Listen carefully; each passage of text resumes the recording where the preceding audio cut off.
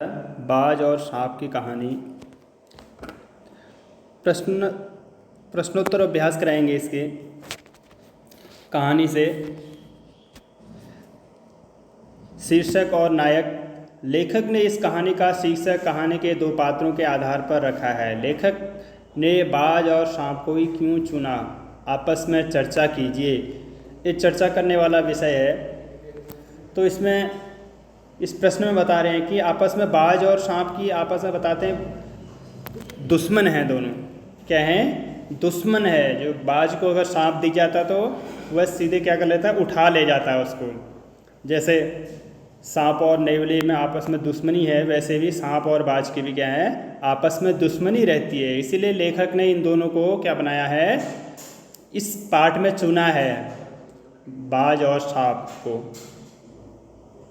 तो ये कहानी इस प्रश्न का आपस में चर्चा कीजिए, चर्चा का विषय है। तो कहानी से पहला प्रश्न है, कहानी से घायल होने के बाद भी बाज ने यह क्यों कहा, मुझे कोई शिकायत नहीं है, विचार प्रकट कीजिए। अब घायल हो गया था बाज, फिर भी उसने बोला कि मुझे अपनी ज़िंदगी से कोई शिकायत नहीं है। ऐसा क्यों कहा? उत्तर, बाज को अपने जीवन में विस्तार और वीरता में ही आनंद की प्राप्ति हुई।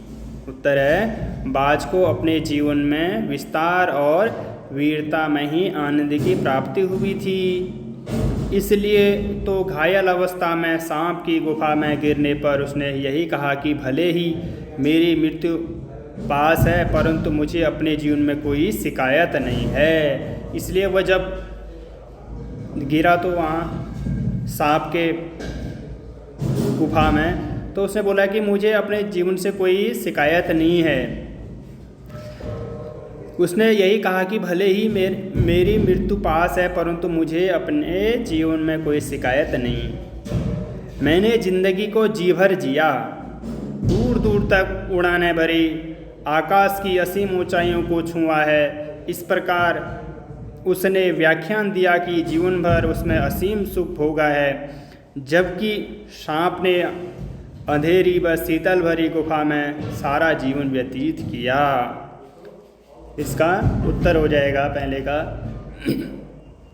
दूसरा प्रश्न है, बाज जिंदगी भर आकाश में ही उड़ता रहा, फिर भी घायल होने के बाद भी वह उड़ना क्यों नहीं चाहता था? बाज जिंदगी भर आकाश में ही उड़ता रहा, फिर घायल होने के बाद भी वह उड़ना क्यों चाहता था? घायल होने के बाद भी फिर क्यों उड़ना चाहता था वह? इसका उत्तर हो जाएगा, बाज जिंदगी भर आकाश में उड़ता रहा, घायल होने के बाद भी वह उड़ना चाहता था, क्योंकि अपने अतीत की ऊंची उड़ान भरने में सुख को वह मरने तक भूलना नहीं चाहता था। जो अतीत जो पहले वो किया करता था, वह उसको भूलना, मरते दम तक वह भूलना नहीं चाहता था। अपने अतीत की ऊंची उड़ान भरने में सुख को वो मरने तक भूलना नहीं चाहता था। जो उड़ने में सुख मिलता है उसको भूलना नहीं चाहता था। इसलिए जीवन के अंतिम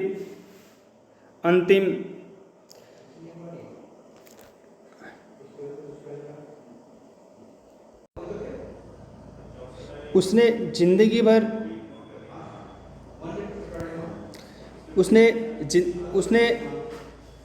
जीवन के अंतिम द्वंद्व में भी उसकी उड़ाने की इच्छा बलवती थी। वह आकाश के असीम विस्तार को पाना चाहता था। वह आकाश के असीम विस्तार को पाना चाहता था।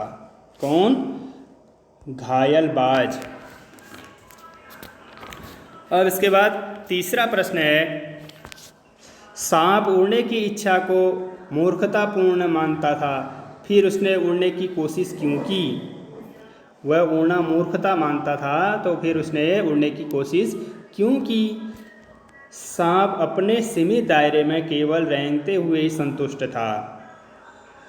आकाश की ऊंचाइयां व बाहर की स्वचल से लेना देना नहीं था।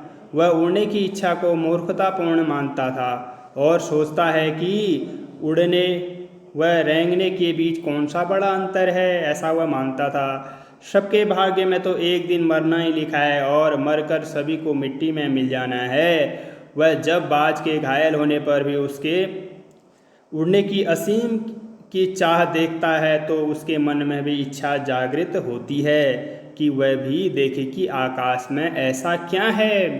अब उसने देखा देखी जो आकाश में जो मरते अंतिम क्षणों तक बाज को आकाश से बहुत लगाव था। वह देखता है कि घायल बाज उसके पास आता है और वह आकाश के प्रति उसका बहुत ज़्यादा मोह था, आकाश के प्रति उसकी बड़ी चाह थी। उसके मन में इच्छा जगी, सांप के मन में इच्छा जगी, जागृत हुई कि वह भी देखे कि आकाश में ऐसा क्या है जो वह मरते दम तक आकाश को पाना चाहता था। तो इसका ये उत्तर हो जाएगा तीसरे का। चौथा है बाज के लिए लहरों ने गीत क्यों गाया था। बाज को उत्तर हो जाएगा बाज तो शत्रुओं से लड़ते हुए अपना कीमती रक्त बहाया था और मरते दम तक वह आकाश की ऊंचाइयों को पाना चाहता था। वह साहसी और सकारात्मक विचारधारा वाला था, तभी तो शिकायत नहीं थी। लहरों ने इसी वीरता और बहादुरी से प्रभावित होकर गीत गाया और उसकी साहस और उसकी सकारात्मक विचारधारा तथा सभी को उसने मरते दम तक जो है बहादुरी की उसने, और हमेशा वह वीरता और बहादुरी से प्रभावित होकर गीत गाया और उसके लहरों ने उसके बहादुरी वीरता से प्रभावित होकर के क्या गाया, गीत गाया। तो कहने का तात्पर्य यहाँ है कि जो वह बाज था शत्रुओं से लड़ते हुए अपना कीमती रक्त उसने बहाया था, इसलिए लहरों ने भी उसका क्या गाया, गीत गाया। घायल बाज को देख सांप खुश क्यों हुआ होगा। अब घायल बाज को देख करके सांप क्यों खुश हुआ होगा, मैंने पहले बता दिया कि जो बाज है, बाज और सांप शत्रु है सांप का बाज। जहाँ भी सांप अगर जहाँ भी